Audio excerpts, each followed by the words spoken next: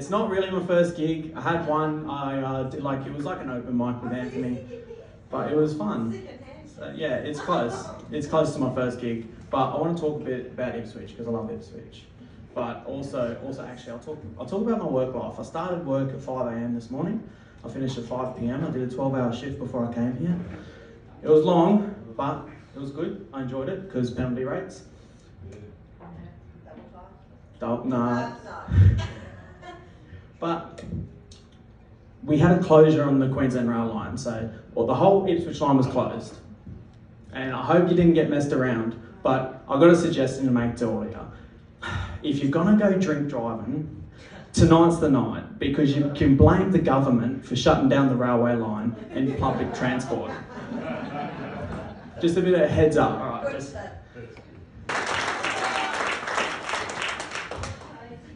I'm an electrician. Yeah, I'm a spy. Can you tell by the gold watch? I'm rich, bitch! Okay, I've got to actually think about what I wrote down. All right, I actually had a good act. I had some good notes. So I'm just going to get it up because I'm really struggling. All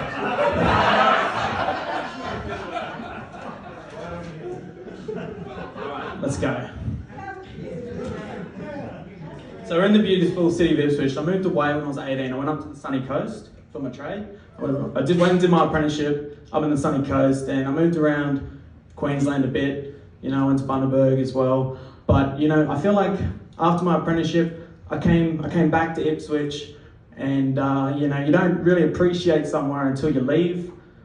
And in saying that, you know, I fucking miss the sunny coast. Wow, it was so good. It was the best. It was so fun.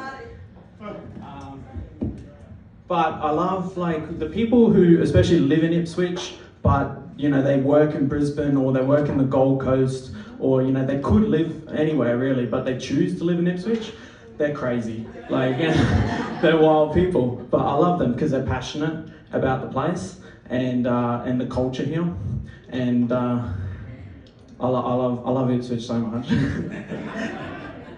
And so they all give the same story about Ipswich. I don't know if you know it, but they give the story about how Ipswich was going to be the capital city of Queensland. And I don't know in what year meth was invented, but they were smoking it back in 1860. Because could you imagine if Ipswich was the capital of Queensland? And I actually like to imagine that. I think it's fun. I think it's fun to imagine Ipswich as the capital of Queensland because we're different from Brisbane.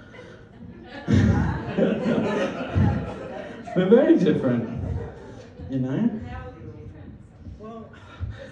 We're tough, you know, we're tougher people. You know, I was working at Redbank this morning, like I said, I started at 5 AM, so we met at Redbank probably about 6 AM, and I was the only bloke there not wearing a jacket.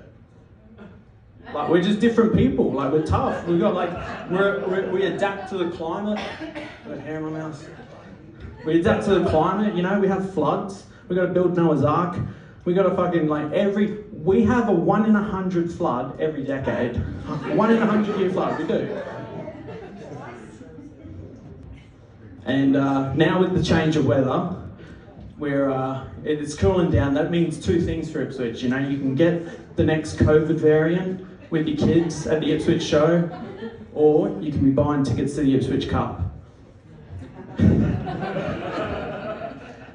Now I went to the Ipswich Cup. The Ipswich Cup, the horse racing. Oh, so I went to the Ipswich Cup when I was younger. I think when I was 18 and when I was 19, and maybe once when I was 21. But you know, I think that's how you know you've had a good time at the Ipswich Cup is when you can't remember.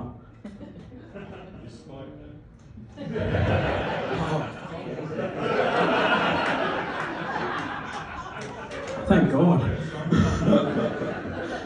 Oh, that's better. So yeah, I used to get pretty fucked up at the Ipswich Cup. And so I buy the infield tickets, I don't know if you know, but what you'd do is you'd go into the middle of the racing track and they'd have a big party set up, they'd have DJs, you know. I went, like, in the 2 or 3 years I went, I didn't see one fucking horse. And I bet on horses. I was betting. I was trying to win money. And I didn't see any horses. But I remember getting pissed off my first year. I was 18, I went, and it's big hyped up, especially in the Ipswich community, the Ipswich Cup, let's get fucked up. And so we went, and I got so drunk. But what happened is I lined up for drinks, and I got really pissed off with the chick behind the bar because she said, love, there's a limit, you can only get 4 drinks at a time. And I'm like, what the fuck, I paid for unlimited drinks. I couldn't wrap my head around the fact that there was a limit on the fact, like, how many she could give me. And so I grabbed my 4 drinks, I went and sat down, and then 10 minutes later I just lined up again. Because you get unlimited drinks. And so I was there at like 10:30 a.m. drinking, and like being from Ipswich, I was pre-drinking.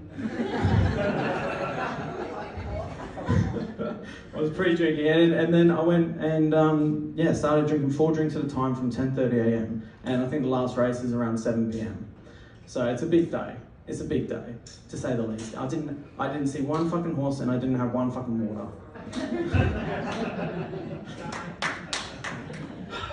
All right, let's wrap this up a bit.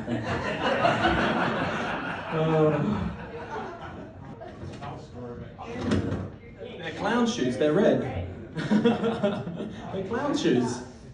All right, let's wrap it up. I'll tell one more story about the Ipswich Cup because I'm talking about lessons I learned when I was fucking drunk. So one year I went and I was walking home. I went to the Ipswich Central Hotel in Brisbane Street, and it used to turn into a nightclub upstairs.